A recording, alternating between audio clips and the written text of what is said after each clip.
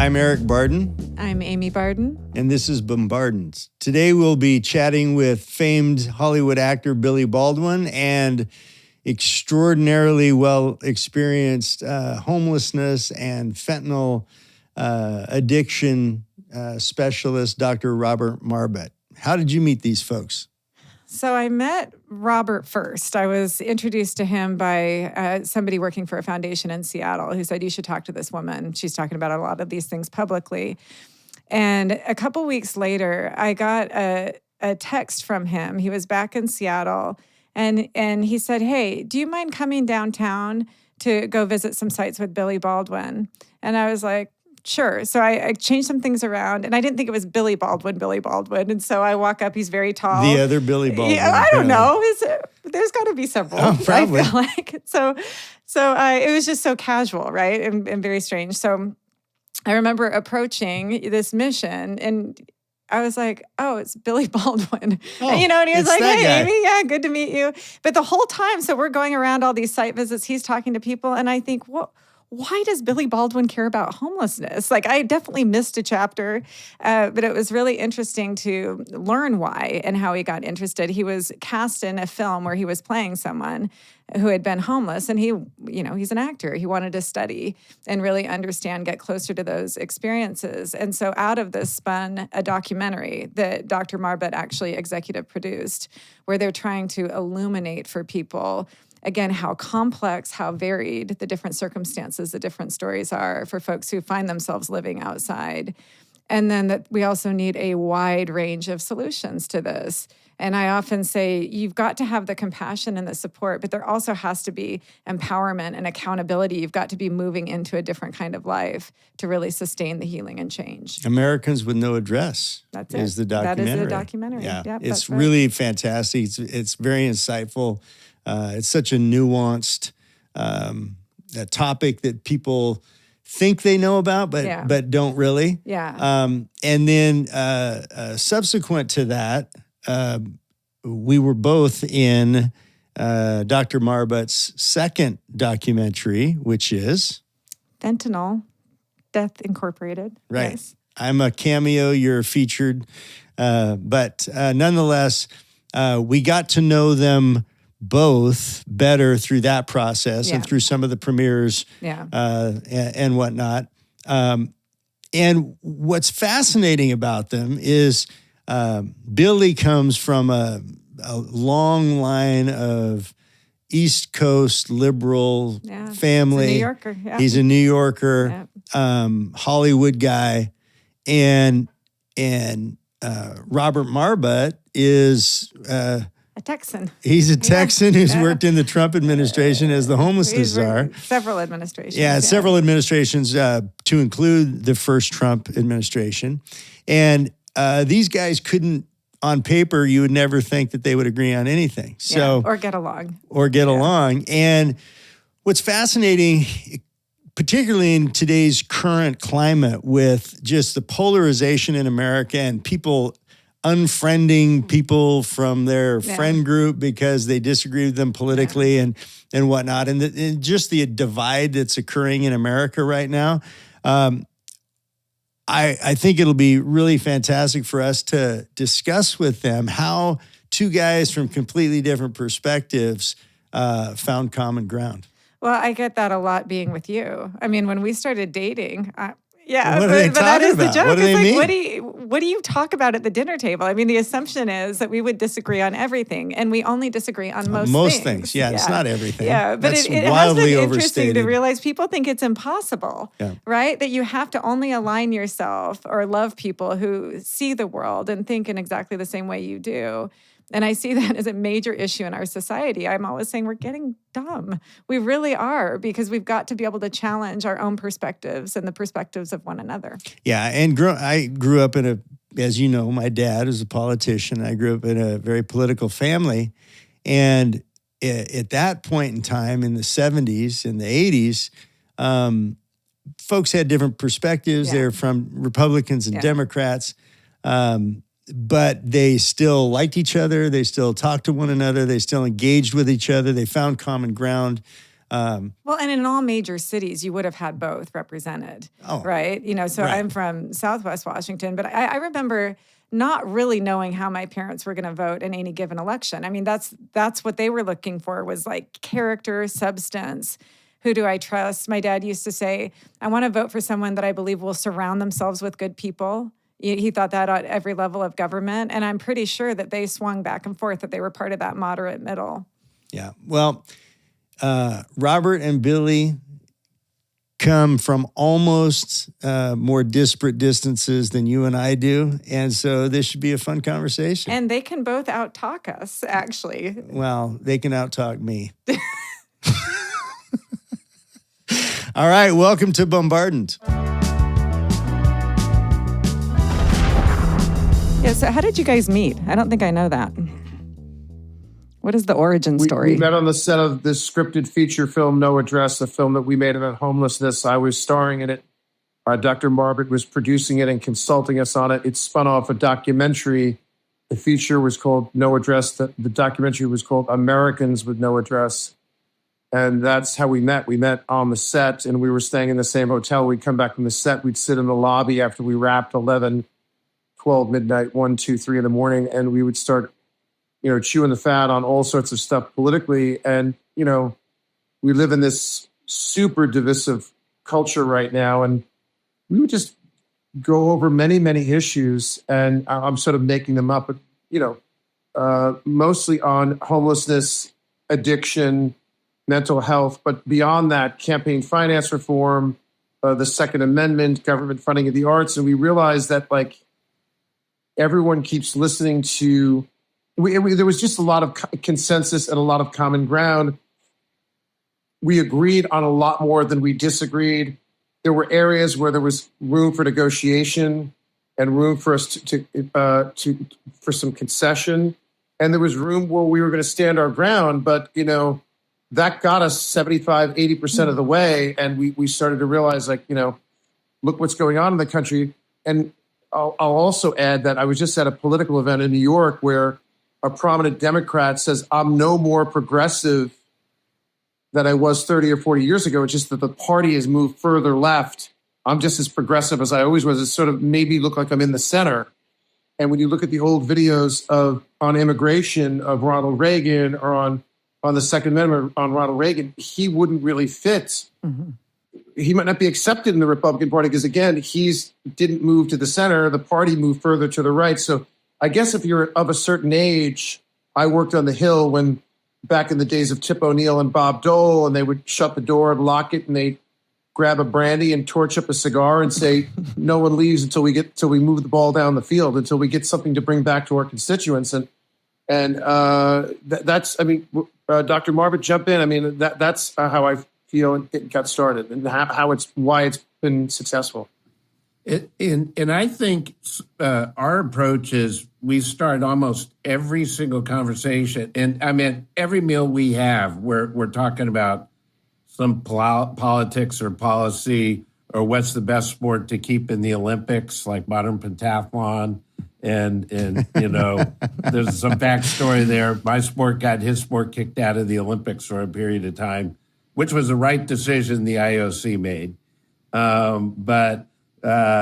We can get into that if you really want to. That's going to defeat the purpose of this entire conversation. Don't agree. Right. We don't like each other. We'll never agree.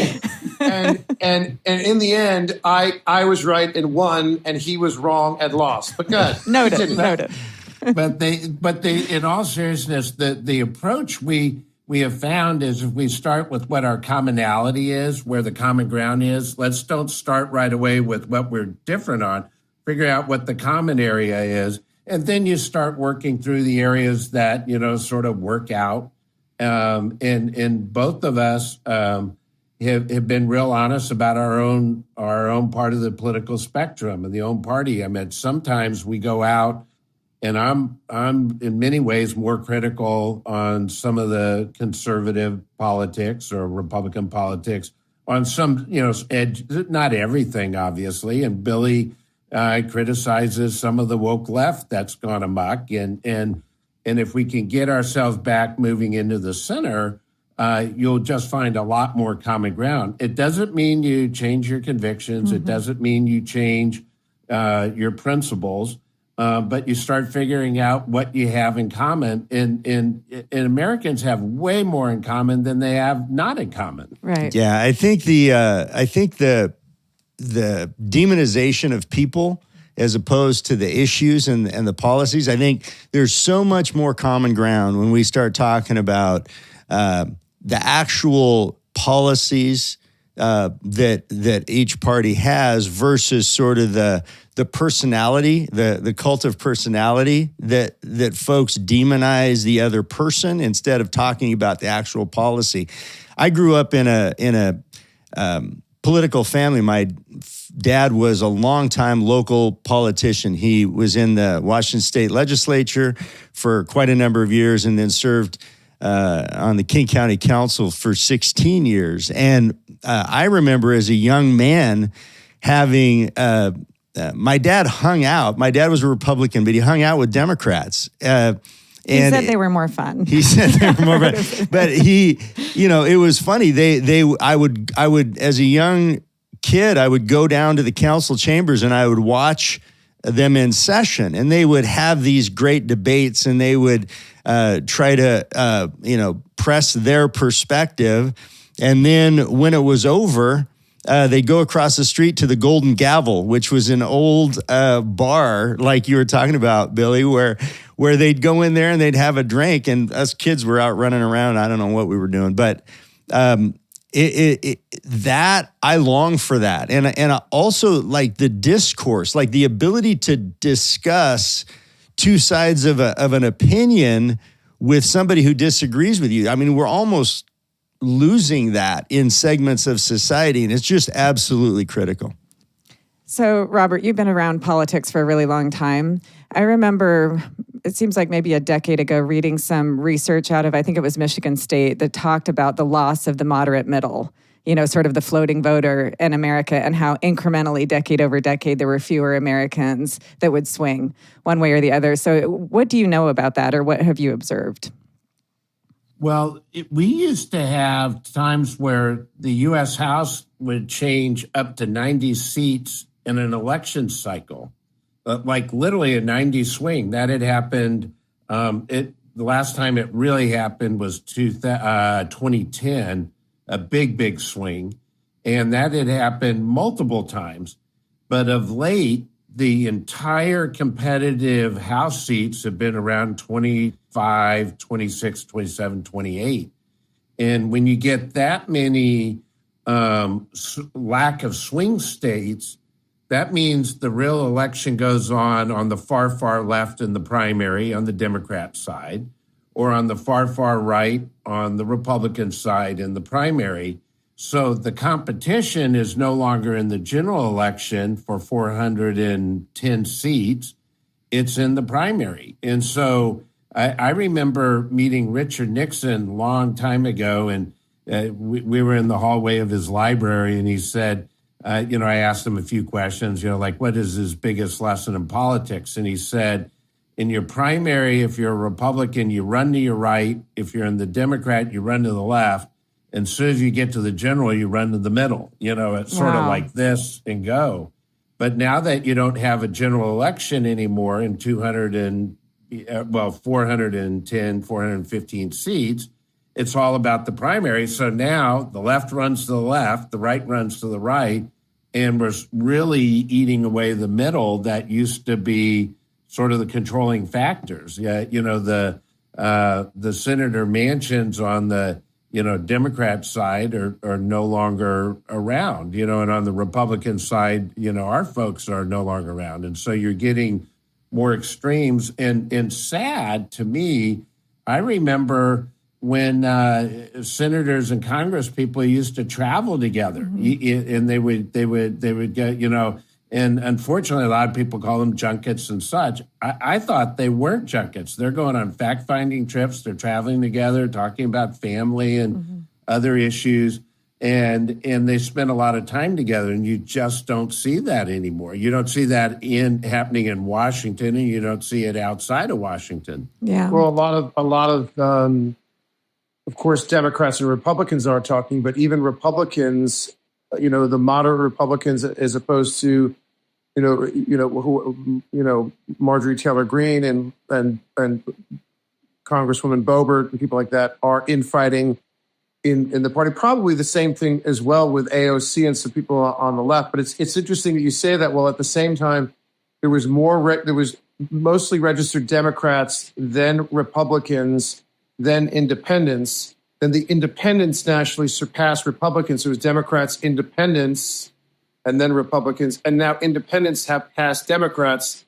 So there's more registered independents than there are Democrats and Republicans. I've never even heard of that before. But I believe that that's true. That's all evolved over the last 15 years because of this extremism. People are saying, I remember the famous line of Jim Jeffords, those Northeastern Republican liberals, Olympia Snow, Jim Jeffords, are like, I didn't leave the Republican Party. It left me. I know some people at that event that I was at in New York. He's not saying the Democratic Party left me because I'm still progressive, but I look like a moderate now compared to how far to the left the party has been pushed. Yeah. We were just in D.C. and we got to go watch a Senate vote. We were up in the gallery. And it was funny because we saw, the doors had opened, somebody would come out, cast their vote, and go back. And once we saw two, I think it was like Bernie Sanders and Katie Britt or something. We didn't know what they were voting on, but we knew how every single person was going to vote when they came in, and we watched them one by one. The funniest moment was Fetterman. Do you want to describe that? Yeah. So Fetterman was wearing his, basketball shorts and an oversized T-shirt, and he came to the door.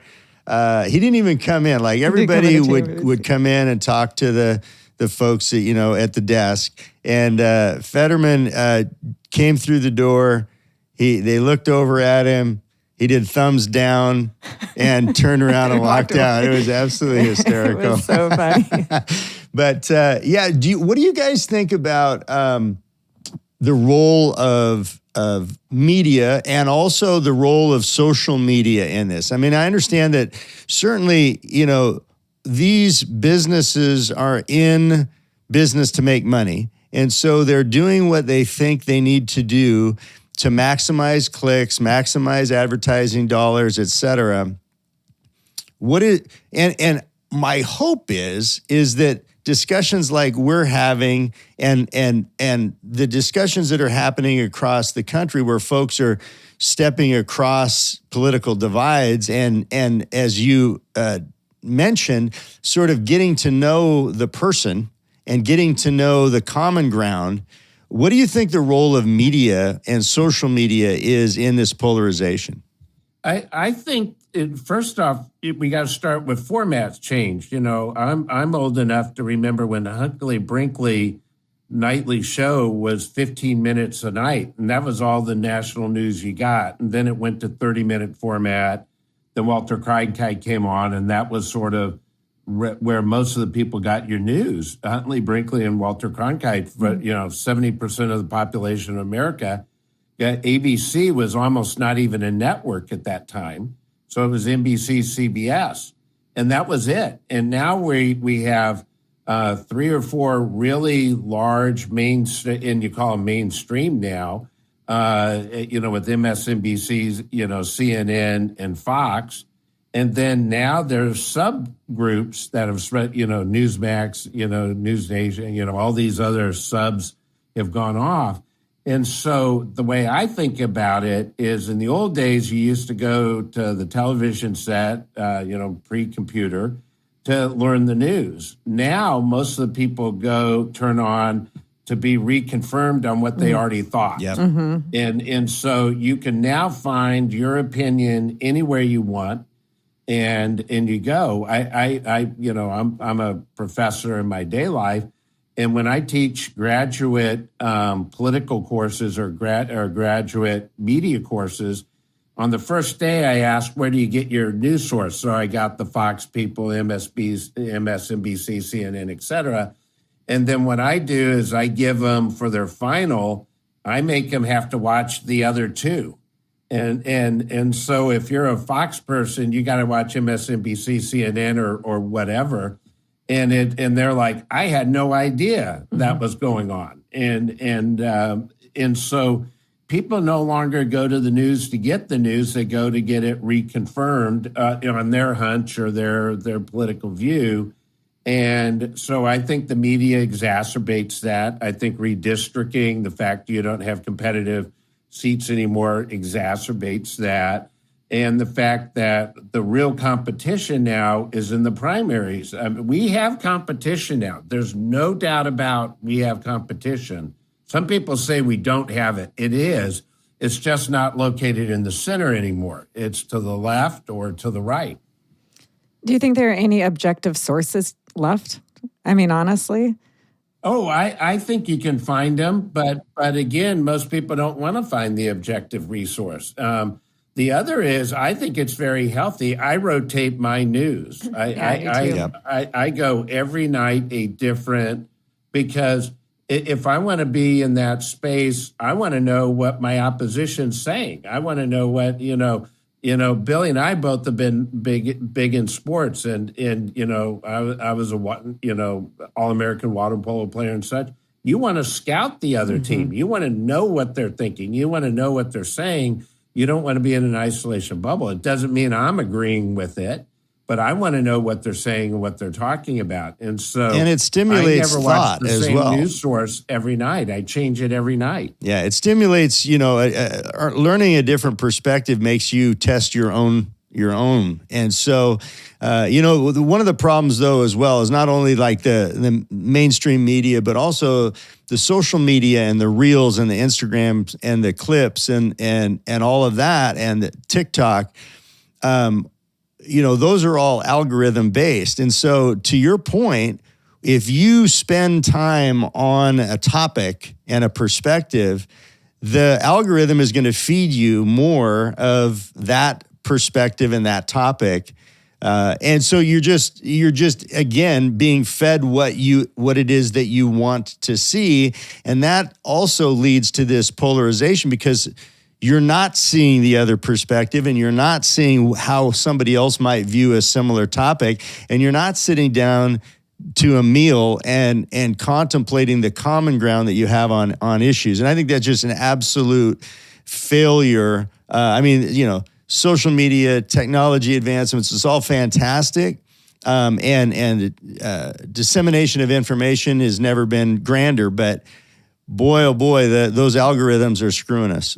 But I Billy knows this, probably gets too tired of me being a historian, but we have had, if you go back into the 1800s, every newspaper in the United States, for the most part, was either the Republican newspaper or the Democrat paper. And in most towns, you had both.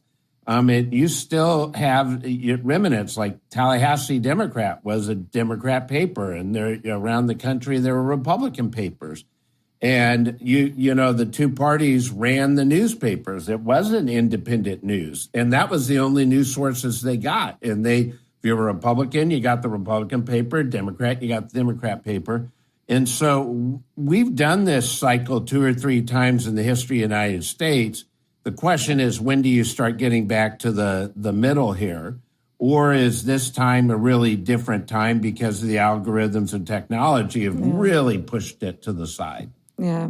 I have a friend here who was telling me he runs a boxing gym. It's amazing. It's a strategy to reduce community violence and intervene early, especially in the lives of young men. And he was telling me that he just did an interview. There was a spotlight. One of the kids had gone to a national tournament and done really well. And he said, Amy, guess what part of the story they cut? And I said it had to be faith, right? Because he's got Bible verses on the wall. It's anchored in a sort of a simple Christianity. And he's like, yeah, there's no way that the press was going to include that. And so I'm curious, Billy, you've been in this space. What do you think the role of Hollywood has been? The role of Hollywood in what regard? Just in deepening the divide between us, or in putting forward values and principles that are aligned with media or with Hollywood. Obviously, Hollywood has a reputation for being left-leaning. There's plenty of conservatives. There's plenty of Republicans. We elected one president. He became the head of SAG, then the governor of California, then the president of the United States. Probably the most beloved Republican president in the modern era in the last 50 or 60 years, Reagan. But yeah, it's left leaning, but I don't necessarily know if that's a bad thing. I mean, and how do you define left and how do you define left leaning? Right. If they have characters that are Asian, if they have more women, if they're paying women as much as they're paying men, or they're trying to, or people are complaining that they're not. If they have LGBTQ, I did a television series where Donald Sutherland played my father, and we had Blair Underwood, who's African American, and we had Lucy Liu, who's Asian, and Donald Sutherland was my dad, and I was married. I was the Attorney General. I was running for the United States Senate. My father was grooming me for the presidency. He played a character named Trip Darling. He was sort of a Joe Kennedy. He was too dirty and too old to seek that high of an office at this point, and he was grooming me for it. And my character wanted to leave my wife and children because I was madly in love with this character that was transgendered, and the actor playing the part was transgender. We cast on ABC television, we cast a transgendered actor, Candace Kane, to play the part. And I have to tell you, I thought I had a big enough head to wrap my head around what that world is all about. I thought I did. And then I spent 2 years on the set with her and did scenes with her and rehearsed with her and had her in my trailer, and we became very, very good friends. And it got me to understand it on on a level that I never thought was even possible. Yeah. But I started on a national TV show on ABC in a transgendered storyline in 2007. Wow. So, wow. There's some people that think that's great that Hollywood's pushing that agenda. There's other people that are offended by that agenda, but that does exist. Right. And if you're trying to, our job, and believe me, television and film is not always art. It can achieve such a high level that it becomes art, of course, acting and filmmaking. It's usually not. But I believe part of the obligation of the artist is to reflect their experience and reflect what's going on in the world or what's going on in their world. And that you may not like that. I used to go to testify in the House and the Senate and to lobby on both sides of the aisle for increased funding for the National Endowment. And there were hundreds of thousands of grants given, $25,000, $50,000 little microloans. And sometimes that art offended people. But I said, that may offend you, but somebody who grew up in the ghetto, who's didn't know their father and whose mother, or Appalachia, whose mother had 5 kids with 3 different people, they look at that piece of art and they drop to their knees and they weep because it has a profound impact on them. And they're saying, well, I don't want my taxpayers' dollars going to something that I find, that controversial and that offensive. But what you have to look at it is in the scheme of all the hundreds of thousands of grants that were ever given. These are years ago, but the Mapplethorpes and the Serranos are way, way, way in the minority. There's maybe 25 grants ever that were turned into a political football by, you guys remember these, they were of a certain age where we remember what Jesse Helms would do and what Karl Rove and what's his name that I forget it, before Karl Rove, the big Republican strategist who passed away. Come on, Marbut, help me out. Lee Atwater. Lee. So Lee, they were master strategists on how to turn something like that into a little bit of a political football, a little bit of political controversy, and get those $10 and $15 and $20 checks from conservatives. But James Carville never does that either, huh? No, yes, of course, absolutely. No, it happens on both sides. But I believe that it's the job of the artist, and you could change the channel. You don't have to watch the show. I remember I'm not lying when I say I went to Lieberman's committee to testify on, and Jack Valenti and Hillary Rosen brought me in to testify. And it was, the head of the MPA and the head of the RIA. And it was about labeling the recording, about a rating system for the recording industry. And they brought me in to fight for them, to defend for them, and to testify on their behalf against Tipper Gore. And I got down in the chair and sat right between Jack Valenti and between Hillary Rosen. And I started testifying for Chipper Gore. I'm like, why would we have a rating system for the movies and a rating system for television and a rating system for cable television and not have it for music? If you have a song that has violent lyrics, cop killer or something like that, and a kid watches a movie one time, if it's Leo DiCaprio in Titanic and they're a 15-year-old girl, they'll see it 2, 3, 4, 5 times. You buy a rap album, you're not listening to it 2 or 3 times. You're listening to it 200 or 300 times. Yeah. So I don't know why we wouldn't want to provide parents with the tools to make a responsible, educated decision for their child. And I testified to that with Lieberman, who was very appreciative, and Hillary Rosen. And I didn't get blackballed by them. They continued to love me after that, but they were pissed.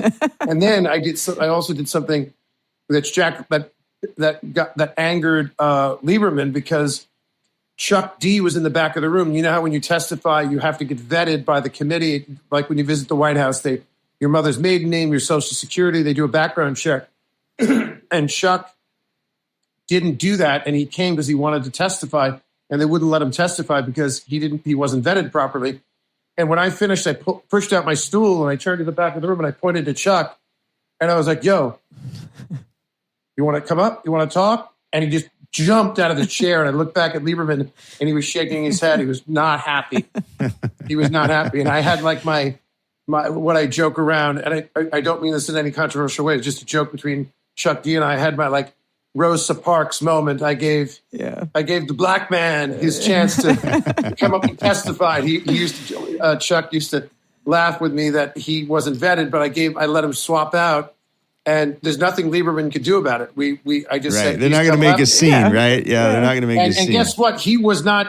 His testimony did not agree with me. He was testifying with Valenti. But the fact of the matter is, Valenti and Hillary Rosen were paid by the recording industry and by the film industry to protect the product. And if you put a rating system on it, the sales drop. It costs the recording industry money. The record labels were paying Hillary. Sorry, Hillary. And I just said, I want to provide parents with the tools to protect their children, period. I feel like if I ask why 5 times, it's always money. It's always profit. Anything that I don't understand on its face. I don't know if I told you guys this story, but the first time Eric ever heard me speak, we had just met a few days prior. I was speaking publicly.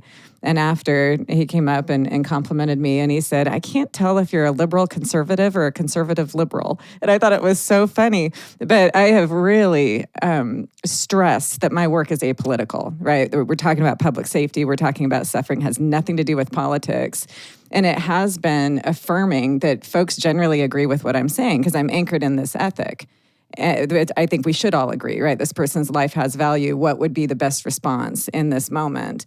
And so I'm curious about that. I mean, Robert, you've spent all this time, advocating for sensible response to homelessness and other kinds of human suffering. What do you think has happened? I mean, why isn't everyone agreeing at a national level on these issues the way I perceive we are here?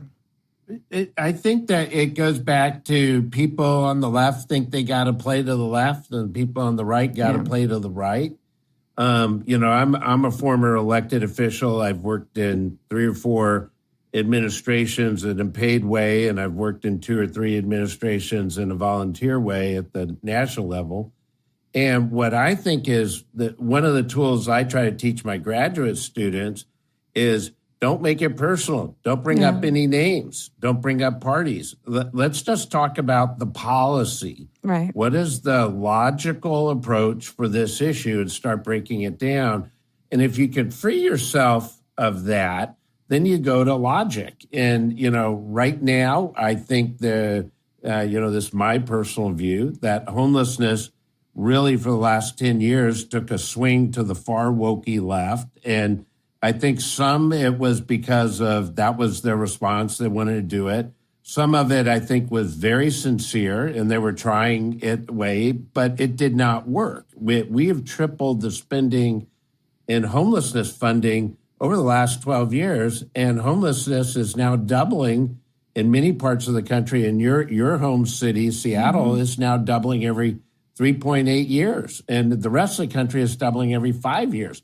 So it didn't work, and some it was sort of orthodox ideology. Others was a good faith, try to make a change, but it didn't work. So we gotta, Billy and I've toured around a lot, and we, of all places, we heard it from somebody at a rescue mission in Seattle, and they said that compassion without accountability is enablement, and it just perfectly summed up what I've been talking about for the last 15 years, that we got to get when we do other grants in federal government, when you give a Pell Grant out for college, you have to attend class 88.5% of the time. You have to have a C- or above average. You have to do it in 4 or 5 years, whatever your grant process is. But with homelessness, we were just giving away vouchers, and you didn't even have to see your case manager. You didn't have to go to treatment. You didn't have to go to recovery. But in a Pell Grant, you have to do things. When you get TANF, you have to do things. When you get unemployment insurance, you have to do things. But somehow in the world of homelessness, this sort of attempt to make it, sort of a reactionary to one side, we got out of balance. And most of my calls now, I get are from Democrat mayors saying, how have you done this in other cities? And so, and this overlaps the fentanyl issue and substance abuse. And I think a lot of people missed nationally, because of the presidential election, that California voters voted 2-1 to recriminalize high-end drugs and high-volume drugs in November, and went against the California legislature. And this is blue state voters. Yeah. So I think that it's ironic is sort of the elite politics have gone to the extremes. The common sense middle America is trying to get to the middle. And I don't think that's being talked about a lot, that average citizens are saying, we don't want a food fight. We want people to try to figure out how to make things work. Yeah. Everything has changed since COVID and with fentanyl. We live in a totally new world. I mean, the COVID numbers have obviously come down, but the fentanyl numbers are at an unprecedented level. We've never experienced anything like this before. And I'm going to sound like a Republican when I say the next several things that I say, but I'm not uncomfortable with it at all. I think a lot of the policies. There's room for you to come over, Billy. I think I think a lot of people on the left would agree with me. Just let me riff on a couple of these things. One is that the policies of the left in the Pacific Northwest, from the Bay Area up through Spokane and Seattle, where you have compassion without accountability, were very well intended. 15 years later, we're realizing they're not working as well as they had hoped, and we have to sort of course correct. To take a mentally ill, addicted person off of the streets and put them into housing is a wonderful thing. But now you have a mentally ill, addicted person that's in housing, and your problem has not gone away. Right. So this low bar, no bar has to course correct. And with fentanyl and COVID, we now have the numbers rising so dramatically. I don't know how they've changed in Spokane, Seattle. I think in Sacramento, they went from 4,000 to 17,000. In LA, they went 54,000 to 76,000. That was all over COVID. And the fentanyl crisis is we drastic times call for drastic measures. I don't believe all the people on the left that are saying they have a right to do this. Yeah. It is part of their freedom to do this. They have a right to do this. They are free to do this. But not for you to have to pay for it. Correct. They go every time. And you have to be. I use this term now. You have to be bilingual. When I go into the state legislature or when I go to the Capitol, even back then, 30 years ago, I was bilingual. I spoke one language when I spoke to Democrats, and I spoke another language when I spoke to Republicans. When I was trying to get funding for the NEA, Democrats, I would say, what I said before, pushing the envelope of artistry and how reflecting what's going on in our lives and in our culture. Different for you or me than it was for a rap artist in Compton, right? Mm-hmm. When I talked to Republicans, I talked about the economic impact of that $25,000 grant that you gave and the multiplier, how that $25,000 grant triggered $250,000, $300,000, $350,000 of economic activity by giving that grant. Yeah. They were like, really? And they turn to their chief of staff and say, are those numbers real? Are they right? Are they accurate? Chief of staff would say, yeah. He goes, okay, I can get behind a $10,000 increase for the NEA. I do the same thing on homelessness. They say, wow, that sounds really expensive. Like, how are we going to pay for that? I said, you're already paying too much. You're already paying a huge price to not do enough. Every time they call, and where you guys live, they can call 911 on the same person overdosing multiple times in a day. Yep. So you call 911, fire department, paramedics, sheriff, cops, nonprofits, taxpayers paying. They go to the emergency room. You're paying. They're admitted. You're paying. They go in the judicial system. Judges, lawyers, courts, you're paying. Incarcerated, you're paying. Then you go downtown, Department of Commerce, Department of Tourism, Small Business Administration, property values dropping, the ranking of your public education system, your quality, it's all being affected. You're paying right now way more than you would pay if you provided the services that Dr. Marbut's Haven for Hope. So when I say 360 wraparound long-term care, we're like, wow, that sounds like it's going to cost a lot. I said, it's costing you more now to not do enough.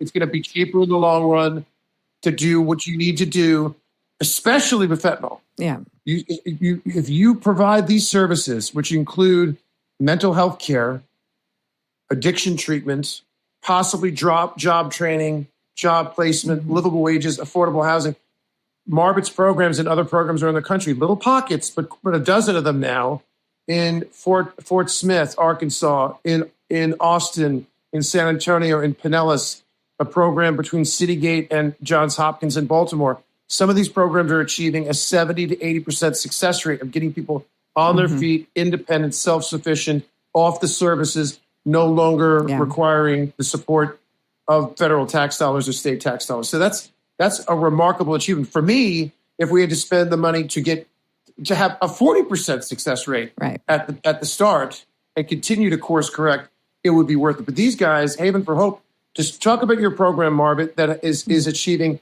70, 75% success. What are you doing? And the key is we work on the root causes. We don't work on Band-Aids. If you just give somebody a house and don't address the reason why you lost the house in the first place, you're not solving the problem. You're just putting a very expensive Band-Aid on it. And there's a reason why the death rate has doubled in the homelessness community in the last 25, 26 months up and down the West Coast, all up and down the West Coast. And it was because they were giving free housing vouchers away to people who were severely addicted, and they went in and they're dying of overdose because nobody's managing, nobody's watching, there's no treatment, there's no recovery. And when I was in the White House, I spent a lot of time talking to coroners up and down the West Coast, Honolulu, Chicago, a few other places. And I asked them, I said, I'm reading all your reports. I'm reading, both individual reports, collective reports. What is not, there's always something not in the report. And I always ask them, what's missing? And they, to a T, it was amazing. And this would be the senior coroner down to the ME, down to a tech going out. And they said, what we not put in the report is they're not being found for 8 days, 9 days, 7 days. I mean, that's how they're found. Yeah, here's how they're found. Body decomposition of a resident smelling something. Yeah. I can't believe our country has got to a point that we think it's a success to put somebody in a room and they die with no attention, no recovery, and it takes 7 to 8 days until they're found because of body decomposition and smell. Yeah. We're supposed to be the most, fluent, together country in the world. How are we allowing that to happen? You're talking about the old, teach them how to, don't just give them a fish, teach them how to fish. You can't put them in housing. You have to provide them with the life skills to be successful. When we were on the streets of your city, I mean, the market in the harbor was in front of us, and the original Starbucks was right to the right of us, and then downtown, whatever, the Nike store or whatever was right there. There was numerous people that were overdosing, lying in their own urine in downtown Seattle, lying in their own urine, and there was this young 21-year-old gentleman named Blessing who was overdosing. They responded. It was the fire department, sheriff, police, nonprofits, faith-based. They all responded. They gave him Narcan. It revived him. He vomited, and he immediately turned over to the fire department and said, I don't want your help. I don't want your help. Yeah. Don't touch me. Leave me alone. They looked for confirmation from one another. They got back on the rig and they left. There's something inherently wrong with that. We can't leave. And this is a very controversial thing to say, but I have done conservatorships over people. And I've gone through the court system where I filed the papers, and then it's this ticking bomb. It's a waiting game where you can wait 6 months, a year and a half, 2 years. And the definition is, are they a threat to themselves or others? Yeah. Did they harm themselves or others? And you're waiting for that to happen. And they could wind up harming themselves, and they could wind up dying, or they could wind up hurting or killing somebody else. And I believe that you shouldn't let that languish in the court system with judges and lawyers wearing robes and waiting a year. I think if you have people down in the trenches, getting their hands dirty every day in the nonprofit sector, and also paramedics, cops, firemen, if somebody's clearly, this gentleman who was overdosing was a threat to himself. Clearly, he was a threat to others, laying on the street, his own defecation, brought back to life, vomiting, and he turns and says, get lost. Yeah. And what people need to know is the reason he said get lost is because it's not just because the high is that good. It's because the detox is that painful and that physically and emotionally terrifying that he'd rather risk his ending his life getting high again every 6 hours. He'd rather risk getting high than detox. And he knows if they take him, that he's not going to have access to it. And I'm saying maybe we give the authority of conservatorship to the people that are doing the work in the trenches, people like you, Eric, and say, we're going to hold you, not in a 72-hour hold. Whatever professionals determine you need for them to get to a place where they can make a more sober, more clear-headed decision to say, I'm going back to the streets. I don't want your help. Yeah. You can't do it after we just gave them Narcan, restarted their heart, restarted their breathing. They vomit and they turn around and tell you to get lost. Yeah. I say, to your point, Billy, the 72-hour thing is just ridiculous. It doesn't do anything. The only thing it does is make that person, to your point about detox and going through that, the pain of that process, it just makes them more committed to not ever go through a rehab or detox again. We're doing the opposite. I want to comment a little bit about this idea that we've got to just get people inside. We got to get people inside at all costs, no wraparound services, no other follow-on help to that person. I'm becoming cynical enough. I think it's just that we don't want to see it, right? If it's out on the street and you're seeing Blessing, overdosing and whatnot, while, by the way, being in public, the person gets help much sooner and gets Narcan and is likely saved versus that person that is indoors and isn't found for 5, 6, 7 days because of the smell. And I think it's just politicians wanting to show that they're doing something for homelessness and for addiction. And so what they're doing is they're hiding away these people to sentence them to very likely death. We're doing it wrong. And I also think, Billy, to your point, there's an absolute brilliant litany of expenses that we are incurring from a the government is spending money to try to ameliorate these problems. But we also forget that these addicts are funding their drug use some way. And we know it's from crime. The vast majority of crime that's committed is in the furtherance of addiction and homelessness. And so not only are those governmental expenses, but those are retail expenses as well. That business, that store, that retailer, tourism, commerce, small business administration, 100%. Quality of life, property values. Well, those businesses aren't going to just go out of business. They're going to raise the prices for everybody that's paying for the product. you now have to pay to cover the merchandise loss for all the shoplifting and theft. Let me just clarify something for your audience, because I don't want there to be a misconception. First of all, I think the compassionate left was well intended. I don't know if they were trying to sweep it under the carpet. I think they were trying to move the needle, and clearly it's not working. And we now know that, and let's work together to figure out what has worked, what doesn't work, what we want to try next. But what I want them to know is a big misconception is probably about, they say, okay, so someone aged out of foster care, not their fault. A child, not their fault. Mentally ill, not their fault. PTSD veteran, not their fault. A victim of domestic violence, not their fault. But what about the drug addicts? What about the people? What about those people doing drugs that chose to be homeless? Yeah. Let me tell you something. 90% of those are mental. That's another component of mental illness. That's right. They don't have health care. They can't see a psychologist. They can't see a psychiatrist. They can't get medication for anxiety, depression, schizophrenia, bipolar, PTSD, whatever it is. So they're self-medicating on the street with alcohol and with fentanyl. So I want people to understand that these people, many of them aren't choosing, and they're doing fentanyl and they're doing alcohol because they're self-medicating and covering some aspect of mental health that they're experiencing.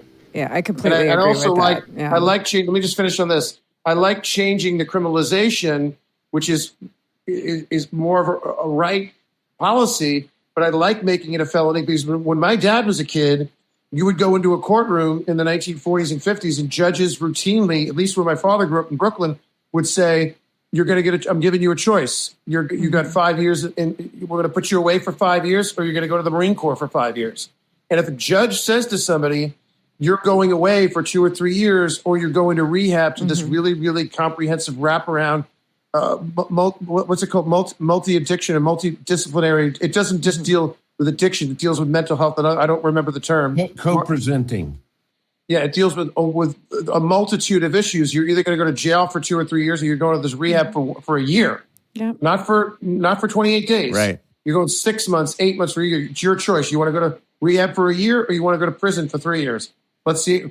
They will turn lives around, and they will save lives. They will save millions of lives. And not only is this not working in ruining communities, it's horrible for the individuals going through the suffering. Yep. It's their family. Every person I know who's experiencing homelessness has 7, 8, 9, 10 other people worried about them, trying to help them, trying to get them out, brothers, sisters, moms, nieces, nephews, uncles, etc. And then on top of all that, we're wasting so much money that if we had put all this money into rehab, so take the situation in Blessing, and Billy and I literally met at this location. We had walked to the corner. We had been on the street 90 seconds, and this happened. And then we had another, and then another. So this was repeating all day. So in the situation of Blessing, we come up on them almost, and somebody has just called 911. So they're now spending money for 911 and the whole system that is.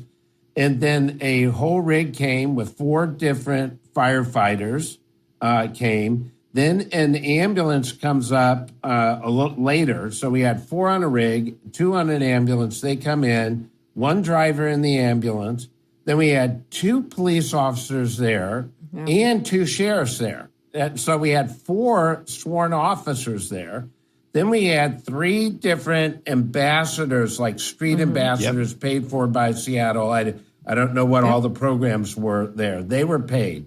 So that's 4 firefighters, 4 law enforcement, 2 plus 1 EMTs come later, 3 people there. This is all happening right there, plus some other people involved. We're already spending that amount of money. Yeah. That's only the beginning. And why aren't we doing treatment and recovery instead of the reactionary Band-Aid that doesn't help the community, wastes community, ruins the community, and doesn't help the person individually? This is, whether you come from the right or left, it gets you to the same answer. Stop spending money on very expensive Band-Aids. Start spending money on what really works. Well, the suffering. Yeah, just to make a point, I don't want people to think this is an insensitive conversation about cost only. It's about whether we have to spend more or less. We want to spend it wisely, efficiently, effectively, compassionately, and we want results. It's all about turning lives around and saving lives. It's not about how much do we have to spend. It's like, ironically, people are like, the line that I keep saying is, how are we going to pay for that? That sounds awfully expensive. And I keep saying, you're already paying you're already paying too much to do not enough. Yeah, we just want, I think what you're saying, and it makes sense, and I think it makes sense across the political spectrum, is we just want the money that we're spending to actually work. We want to help folks. We've heard this a lot recently, is that accountability is compassion. Amy talks a lot about what would you do if it was your person, if it was your family, the blessing was right? your son. Then, so if we organized our collective response to this program as if it were our family member, I think we'd cut through a lot of this problem. Yeah, I have a brother that, a family member, one of my brothers that has had an addiction problem for years. I put him in rehab for he's been to rehab, maybe not 10 times, but quite a few times. And it is very painful, to have dealt with that through his 20s, 30s, 40s, 50s, and now in his mid 50s, late 50s, and into his 60s, he's got some semblance of stability in his life. He's not using at all, and he hasn't been to prison in a while, which is great. But it can be really, really devastating and heartbreaking for the family. But I think, Amy, you and Eric have used this metaphor, and I think, I'd love to hear it again about the jumper, about someone who's attempting suicide. I'd love for you to talk about that. Yeah, I tend to think in ethical terms. What is the moral imperative? I think the civil liberties, the autonomy, self-determination, those are crucial. We understand those concepts, but we're just inconsistent. Suicide is I think Seattle, Tacoma, we remain the second highest in the country of major metropolitan areas for attempts to die by suicide. Somebody asked me recently, is it the weather? I was like, I don't know. But these are the priority one calls that are coming in. And we do not contemplate autonomy in that moment. We go get the person. And so when I talk about mental health too, and basically who's making a choice, who for whom do we have accountability and for whom do we have compassion? I always say it's not a healthy person. The crime and the crisis both. I agree fully with what you said, Billy, that is not a healthy brain. And so it takes a minute sometimes to know what precipitated what, where did this start? But I think we should interact with everybody through that lens. How do we interrupt this cycle and then redirect and repattern behavior? And we do know how to do it. We're just not doing it. And the other thing I often say is, at this point, I've spoken to hundreds, thousands of people in recovery, either from long histories of criminal activity or addiction, or have lived unhoused for many, many years. And nobody has ever said, I wish you had left me. I've never heard that. And I ask people all the time, do you think you would have gotten there? Especially with a drug like fentanyl, because it is new. We don't have long data about this drug. And I always ask, do you think there was a circumstance where somebody could have intervened basically and walked you into recovery? And I have yet to hear a person say, yeah, I would have gotten there. What I hear all the time is, I would be dead. I would be dead. I was on the brink. And in the recovery community, it's incredible the joy that you feel. I mean, you know that. Those are my favorite circles to be in, because there's just this deep comfort, I think, that comes with accountability, brutal honesty with yourself, and the empowerment that I am redirecting my life. And I think that we've lost that we all want independence. We want to be self-reliant. It is human nature. It is contrary to human nature to want to be dependent on others. If you think about little children, right? If somebody says no, the kid says yes. We have this instinct we want to assert. And so I just really appreciate this conversation, because I think we need to remind people, what do I know about my own life and the people that I love, and when I have gotten through something hard or when I have changed successfully, and then just extend that practical knowledge to others, because we are all humans. It is. I'm always like, we're mammals. It's human brain. Yeah, one of the things that Amy illustrates this often is with the jumper on the bridge that Billy's talking about. When that person is imminently trying to commit suicide, we're not concerned about their autonomy at that point in time. What we're concerned about is doing everything humanly possible to get them off of the ledge of the bridge, get them into treatment so that we can save that person's life. It is 100% consistent to do the same exact thing with someone who is using fentanyl, because they are going to die. They're going to overdose, or they're going to have a horrific accident, or the drug itself will kill them from medical reasons. So, or they're going to harm someone else. That's right. Exactly. We just domestic violence, have to, street crime. Yeah, it's not autonomy. Again, accountability is compassion. If you cared about somebody, you would do everything that you could to try to save them. I remember my brother did a documentary about addiction, and it was called My Promise to PJ. And I was interviewed, and I said what I said. And his feelings were hurt, and he said, I said, so how's the documentary coming along? He goes, good, we're doing this, that, the other thing, it's cutting together. He goes, I don't know how much of your stuff we're going to use, but we'll see. And I said, okay, whatever you use. And then he came back to me later laughing, like 6 months later, they had new financiers come in and look at all the raw footage. They said, not only are they using your stuff, but it's opening the documentary. Because I said to him, I used to pray that if somebody died, it would be you. Oh. And he said, you prayed that I would die?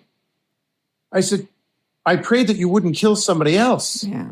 I prayed that you wouldn't be high and get in a car and go the wrong way on the Taconic Parkway or on the Sawmill and hit a Toyota Sienna and harm a mother with her 3 or 4 children. I mean, I always prayed, I said, God, if somebody's going to get hurt, please let it be him. Don't let it be some innocent person. And that's what you're dealing with fentanyl. I mean, Amy, what's Blessing's life expectancy on the street on fentanyl? I think you told me it's like 6 months to less than a year, right? Yeah, that's what our emergency department doctors, that's what they're telling me. It looks like maybe 1 to 3 years. Yeah. 21-year-old man, like built like a horse, healthy. And this is what it's like. You see the before and after photographs of meth. Yeah. And fentanyl is that times 100. Yeah. That's how lethal it is. Terrifying.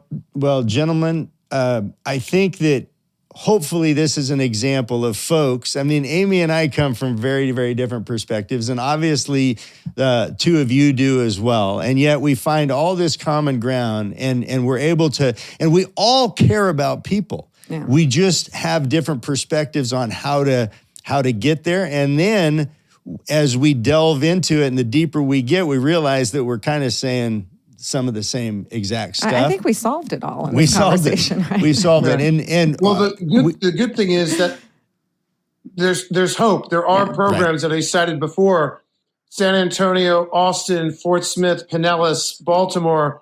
It's even improving, I think, in Seattle and Spokane, and we're learning from our mistakes, and we're growing as we move forward. But I think this team right here, well, not really myself. You're, as I say, you're the professionals. I just play one on TV. But, I think it would be great to Marbut saying all of these mayors are calling him in these big blue cities saying, how are you doing it? How can we replicate it? Can you consult us? What can we learn from you?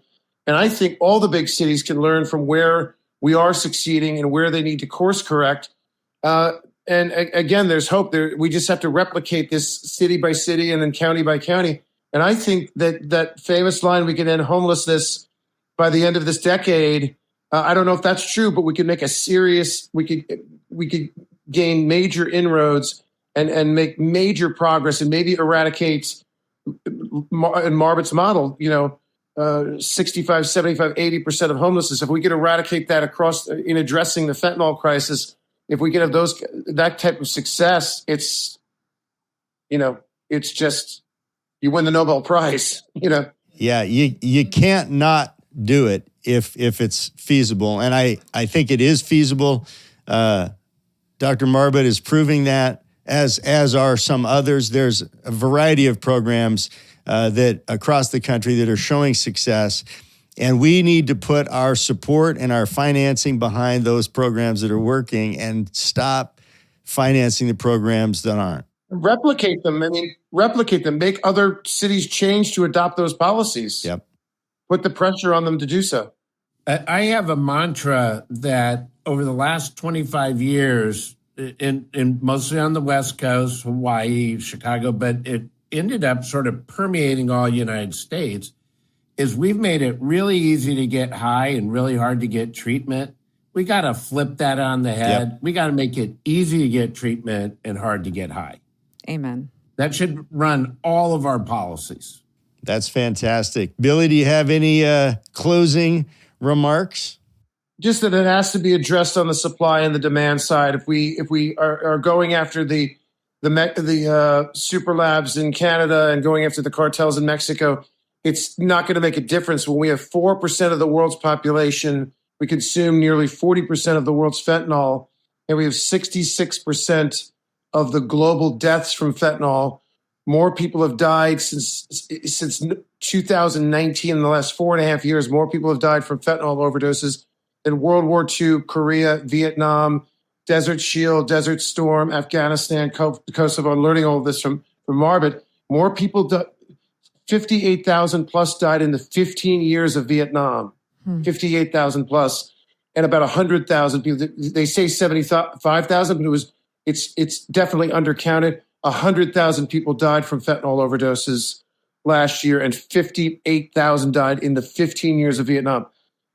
You know, unbelievable. Something has to be done. We have a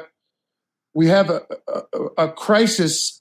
They call it homelessness. They call it fentanyl. We have a mental health crisis, but we also have a crisis of political cooperation, of political will. But now, for the first time, we have this opportunity because fentanyl is so bad and it's affected and impacted our culture in such a negative way that if you're bilingual and you're talking to the left about the compassionate side of it, and you're talking to the right about, does that make sense to spend all that money and what kind of results might you have? Because, you know, I think we have an opportunity to bring both sides of the argument together and have a very positive impact, very positive results. Yeah, and this, I'd be remiss if I didn't mention Dr. Marbut's documentary that we're in, Fentanyl Death Incorporated. It's a deep dive into these issues. It's a deep dive into where it comes from, what it does, the impact that it's having. Amy, we can't let this thing end without you telling us your airplane crashing example. Oh, yeah. What is the statistic? Was it a Boeing 747? What's the statistic that we opened with? 747 going down every other day. A fully loaded 747 going down every other day. Yeah. I mean, imagine if that were hitting the news, right? I mean, a door flies off a plane and we lose our collective minds. And yet, if we had a jet going down every other day, that's the number of folks that we're losing to fentanyl. And we've just got to change course and get a handle on this thing. So I really appreciate your time. I really appreciate you lending your voices to this very, very important cause. I think there's a movement afoot. I'm confident. I'm hopeful that we're turning this giant ship around. It takes a little while to do it, but we've got it. But lives are at stake, and we need to. One last thing I wanted to say too is that it doesn't discriminate. I mean, it's hitting wealthy, affluent communities.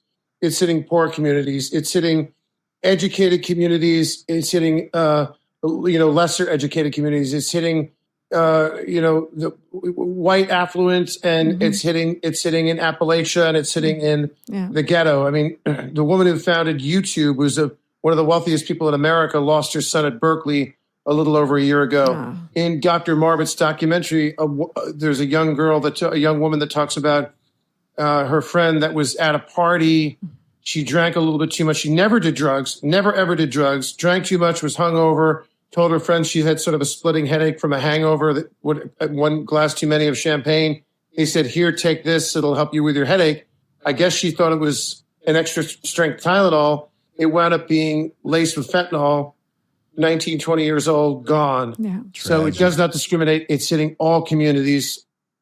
Nobody's safe. So we've got to do something about it. And To me, the scariest fentanyl number is the fastest cause of death for children 0 to 4. Wow. It just shows you this is not about addiction. But that's absolutely part of it. But the fact that fentanyl dust left in, a hamburger hits it, a sandwich hits it, picks up a foil, or they get some of the fentanyl pills that look like candy. Little children, 0 to 4, fastest growing rate cause of death for 0 to 4. And what's the other one, Marbut? Is it the number one cause of death between 18 and 45? Number one, full stop, period. No caveats, just, car crashes, guns, heart disease, cancer, cancer, everything. It's now the number one cause of death. Yeah, we're still an average of 4 people a day in our county. Actually, it was down to 3.6 people lost a day, and now it's swinging back up the last couple of weeks. So I watch it. I check every day what's going on, and I actually do try to keep myself very close to the front lines, to the suffering. People email me often, imploring me to help. I think my son is out here, and so it needs to be personal. We cannot be desensitized to it. I agree that it affects everyone. Humanitarian crisis. I would love for you to get the numbers on what it costs in Seattle for a 911 response, what it costs the taxpayer, just simply with blessing. If you had, and forget if you just had a rig with 4 firefighters, a sheriff, 2 sheriffs, 2 Seattle police, and the paramedics, what is the cost per call to respond? What is the cost to the taxpayer for that call? Well, and that's going to be a fascinating number. But nevertheless, I think we would all agree, if that changed the course of life for that individual and they were then put on a course to sobriety and productivity and health, we would be willing to pay that every single time. So again, thanks, gentlemen. Really appreciate your time. We appreciate you being part of our podcast, and now we've all been bombarded. The Bombardened podcast is a Barden Squared production. Executive producers are Eric Barden and Amy Barden, and video and audio production of the Bombardened podcast is by Thread Theory Creative.